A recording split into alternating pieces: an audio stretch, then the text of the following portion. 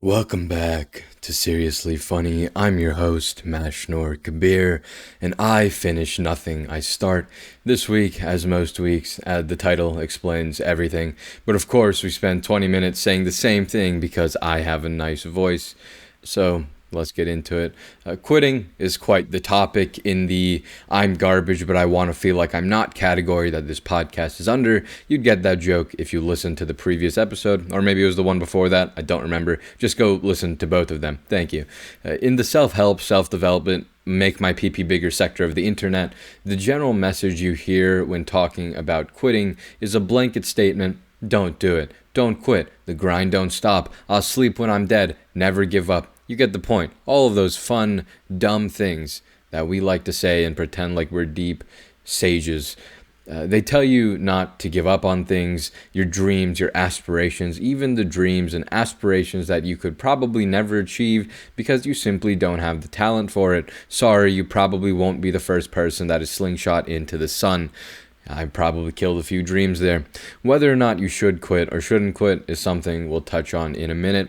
But for now, I want to talk about why people want to quit or want to quit things, and the reasons aren't always dumb or stupid or because of a lack of discipline or conviction.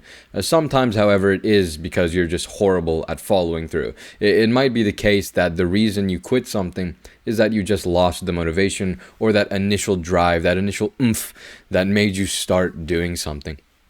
This will apply to a lot of the small habits that we try to form: exercise, diets, meditation, the New Year's resolutions, if you will. Those kind of lose steam after a while, and you remember that no one keeps New Year's resolutions, so why should you? I actually know someone that's pretty bad at following through it like everything. He's a great guy. I love him with all my heart, but Lil Bro just is not he doesn't follow through with a lot of things, so what are you gonna do? But this lack of discipline or this lack of follow through, this is probably the most common reason most people give up on most things, mostly because the most common things people start are these small keystone habits. If you've ever read The Habit Cycle by Charles Duhigg, you know all about those keystone habits. But habits are a topic for another day. Most things we start are small, and quitting them is pretty inconsequential. If anything, it lets us be a little lazier. So a lot of people do end up quitting those things, and that's the things most people start. Most people don't start the businesses. Most people don't start big, giant, massive dreams. So obviously, statistically speaking, most people start the small things that anyone and everyone can do, and that's why most people quit these. Statistics is fun to think about. I would sit here and talk for 30 minutes about what just went through my head statistically, but that would be 30 minutes of statistics, and I've never taken a stat class, so what do I know? I should probably go to Khan. I actually do want to go to Khan Academy and go take their stats course through Khan Academy. In real life school, that would be a horrible idea because school ruins everything. Who knows? Where it gets a little more complicated, anyways, back to the point. Where it gets a little more complicated is when we talk about the bigger things in life, like following your dreams, the big fat dreams, the big wet dreams. The reason that most people might quit something before they even start it is purely out of fear. The fear that it won't work out, so you never start, you quit on, give up, you drop the dream.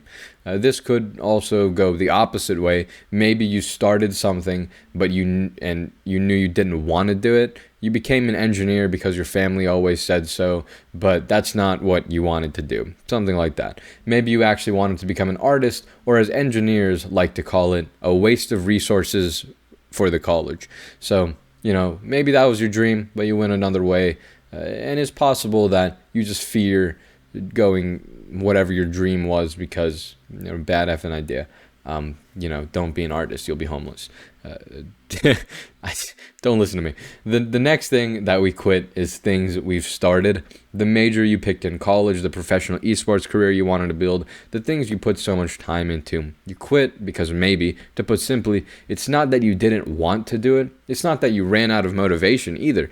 It's simply because you can't do it. Maybe you're not talented enough. And as much as we want to say talent doesn't matter, it absolutely does. And it is extremely, extremely, extremely unfortunate when someone's desires don't align with their talents.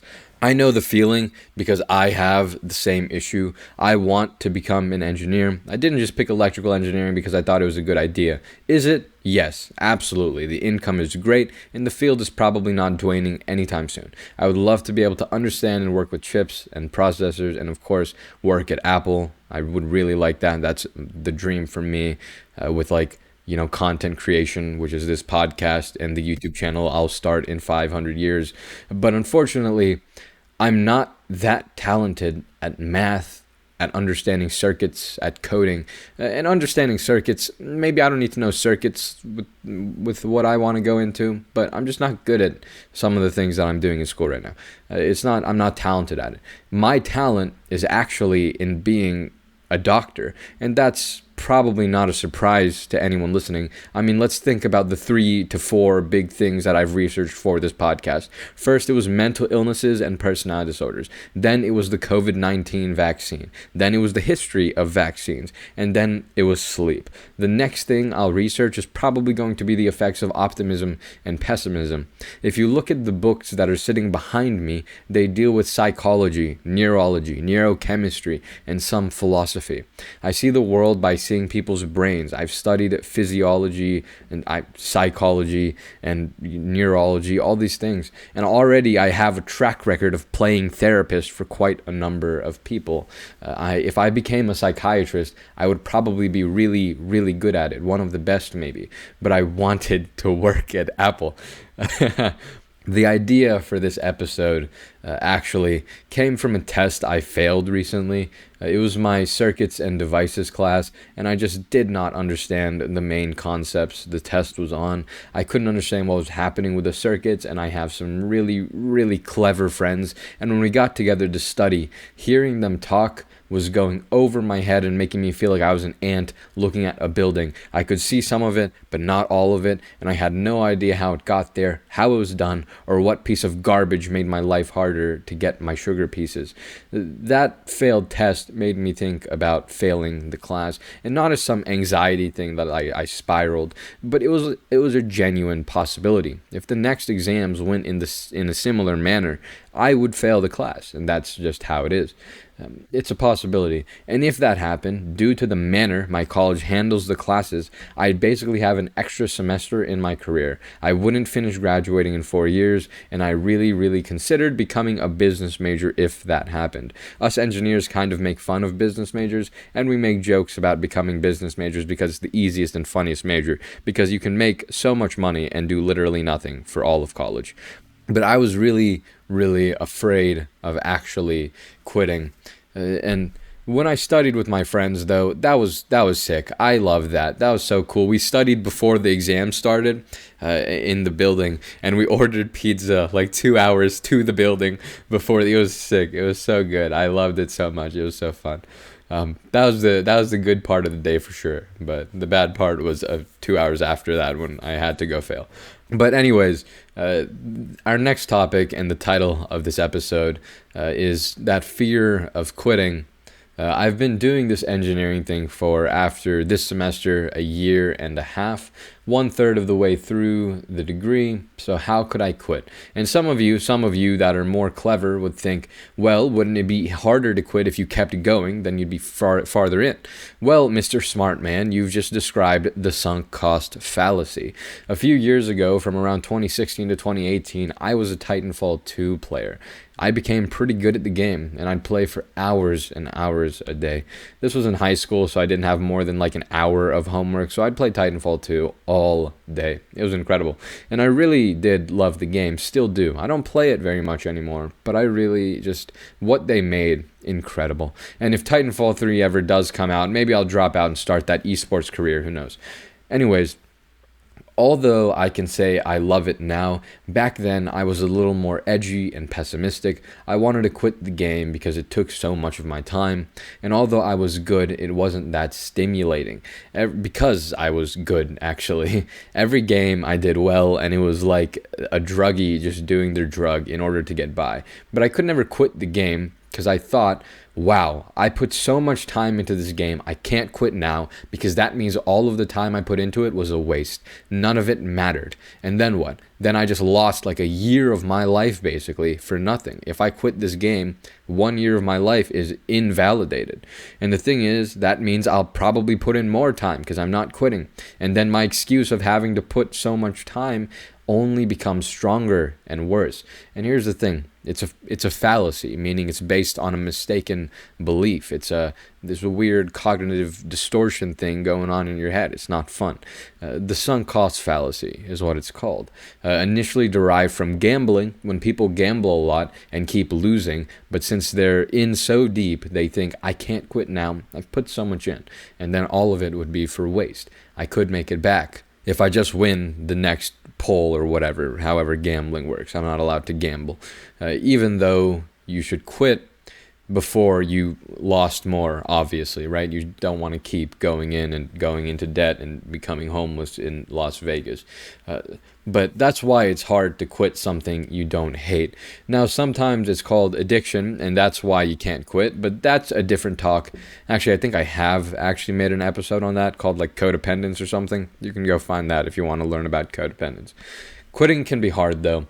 It's not always easy to quit things, and sometimes, especially for the things you've put a lot of time into, a lot of effort into, something you may not have been talented at, something you may not have wanted to do but did anyway. After doing it for a while, you thought or you think, I can't quit now, I've already put in so much time.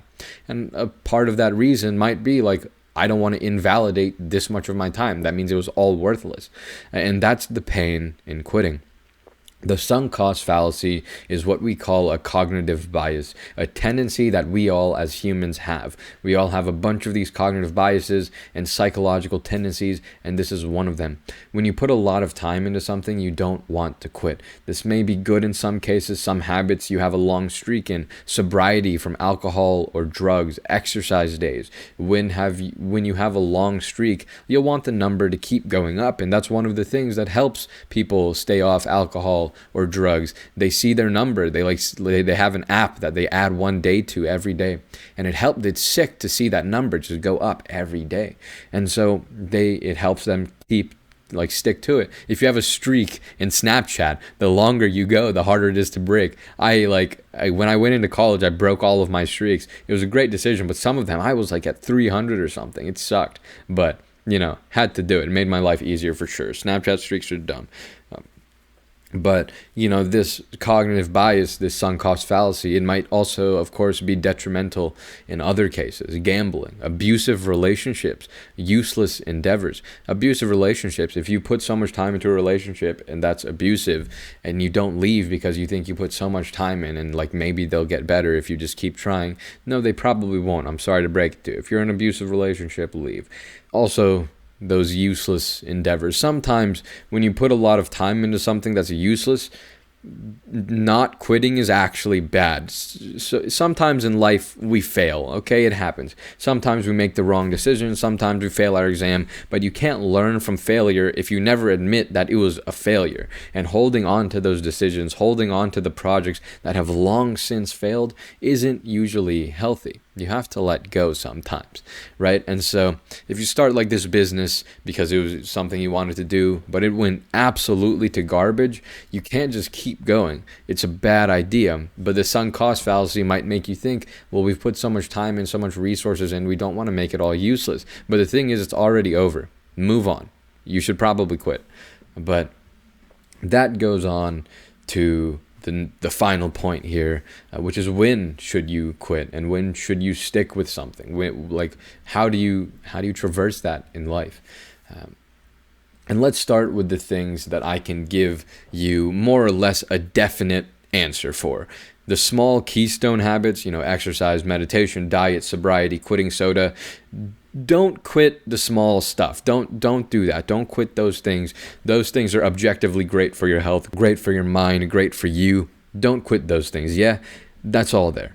That's it. Don't quit the keystone habits, the small things. Keep your New Year's resolution for God's sake, okay? Then there's things that you quit before you start? How about you not do that? Yeah, look, I'm realistic. I'm not going to sit here and say you should follow every dream you have by quitting everything you're doing. No, that's a horrible idea. You shouldn't quit everything for one thing until you have a proof of concept. Some people do quit everything for something. That's definitely an option, but it's a lot riskier. If you really want to do something with every single atom in your body and failure is not an option, then okay, maybe you quit whatever the frick you're doing and put your full force, full attention, full focus, full energy into that thing. That's definitely an option. But again, it's really, really risky and it's generally not recommended. But if you have dreams, if you have a side business, if you have a business you want to start, or you want to start a YouTube channel, whatever the frick it is, you can follow those dreams to a lesser extent while you're doing whatever else you're doing. Don't just drop out of college. Don't just quit your job. Don't do that dream. Just do the dream thing on the side. And if it seems like it's going well, take the jump if you wish, but don't quit before you start something. Don't give up before you even started. Like, if we look at Bill Gates, like, he didn't just drop out of college. It wasn't that simple of a story. Microsoft was going okay, and he thought, like, while he was in Harvard, and he's like, okay, well, this is going pretty well. And so then he, instead of dropping out of Harvard, he went to Harvard and he took a leave of absence. He took 1 year off of Harvard. And this is common. A lot of students take it. It's fine. And so in that year, he just put his full energy into Microsoft. And of course, it worked out. And so because of that, because it worked out, then he realized, okay, now I can drop out of college. It's fine.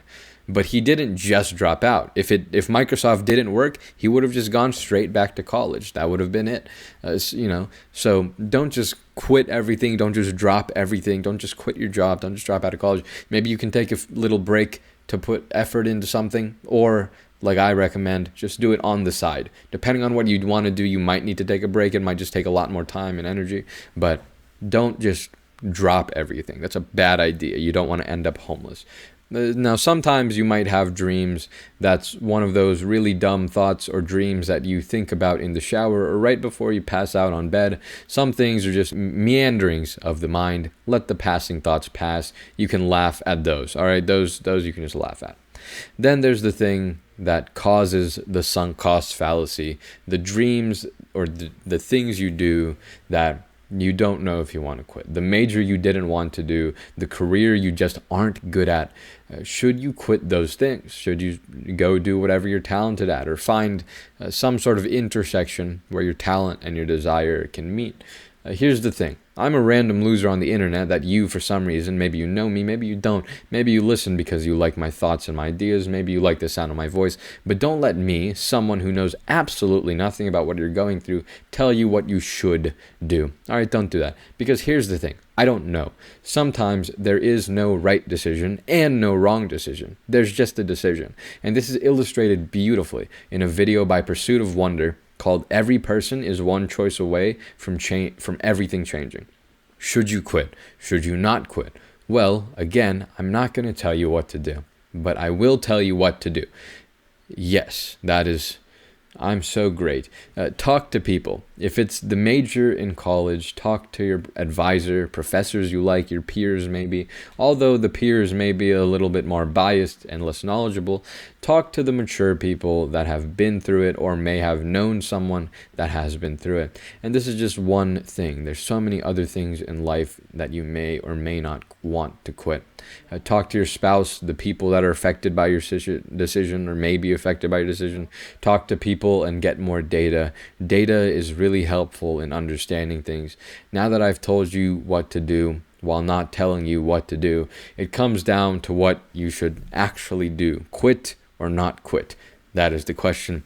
And I ask you this, do you want to? Here's the thing. If you don't want to quit because of fear, if you don't want to quit because you thought it wasn't worth quitting, if you don't want to quit because of whatever, that's fine. Great. Don't quit.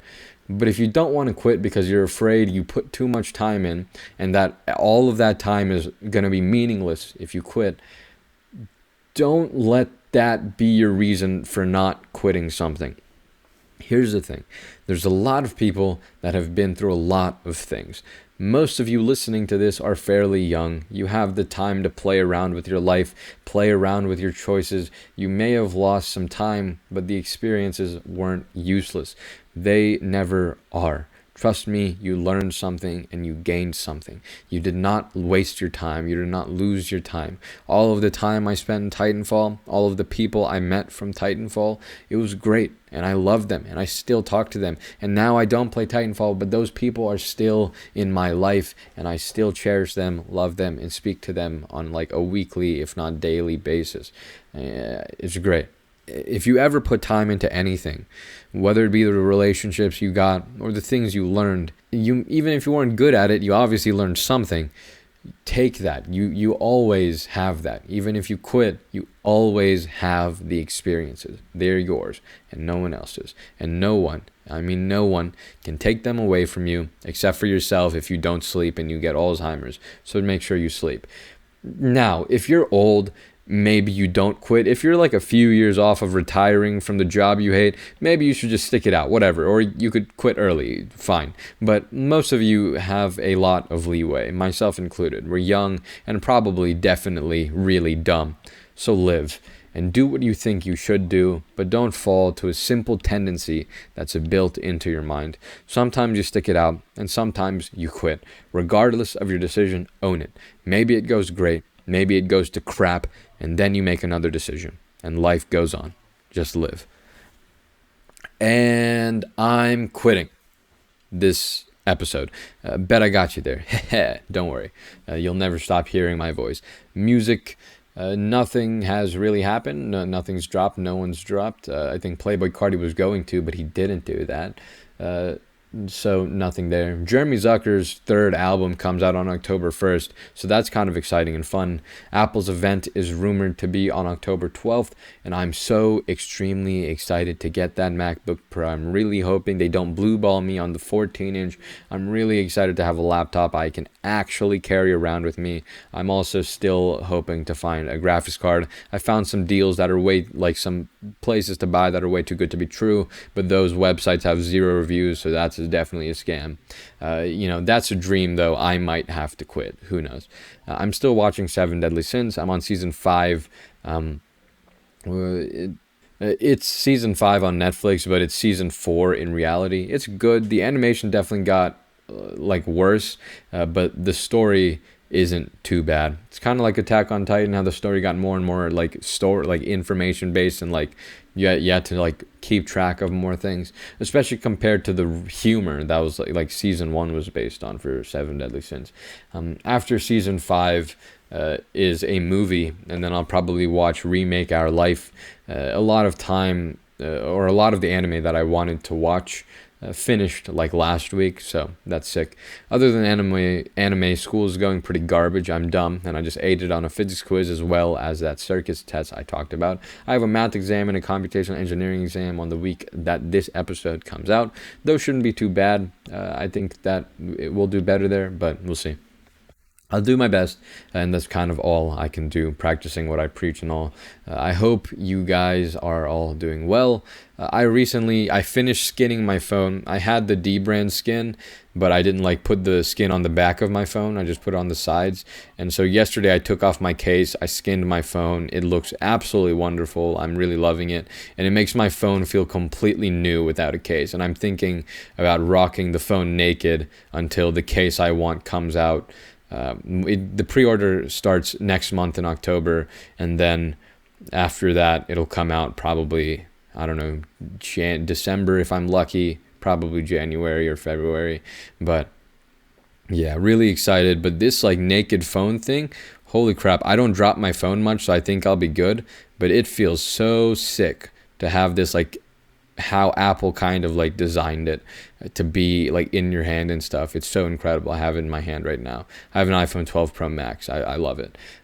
Again, very excited to get that new squared off MacBook. I'll have the watch, I'll have the AirPods, I'll have the phone, I'll have the iPad, and then I'll have the MacBook. I'll just be in the Apple ecosystem, and it'll be heaven on earth. I'm so excited. But yeah, case October, effing MacBook October. Maybe if God blessed me, I'll get a GPU in October. and the rest of my PC. I'm going to be over $4,000 down in October. It may be. That GPU, I probably won't find a graphics card for like another effing 7 months. So that's money that is definitely not going to be spent for a while. I'm not going to buy the other effing computer parts until I get that graphics card. So yeah, we'll see. Whatever. Hopefully I can find one. If not, fine. All I have is Genshin Impact to play. But yeah. Anyways, I hope you guys are all doing well, and hopefully if you're thinking about quitting or not quitting something, this was helpful-ish. If it wasn't helpful in giving you direction, which it probably wasn't, let's be honest, hopefully it at least made you feel less alone, because I am also having those thoughts and those issues and those worries, especially if you're someone like me that your talents and your desires just they don't intersect at all. If they're parallel lines, then I understand your pain. I really do. But I will talk at you next week. Love you. Take care. Stay safe. Peace.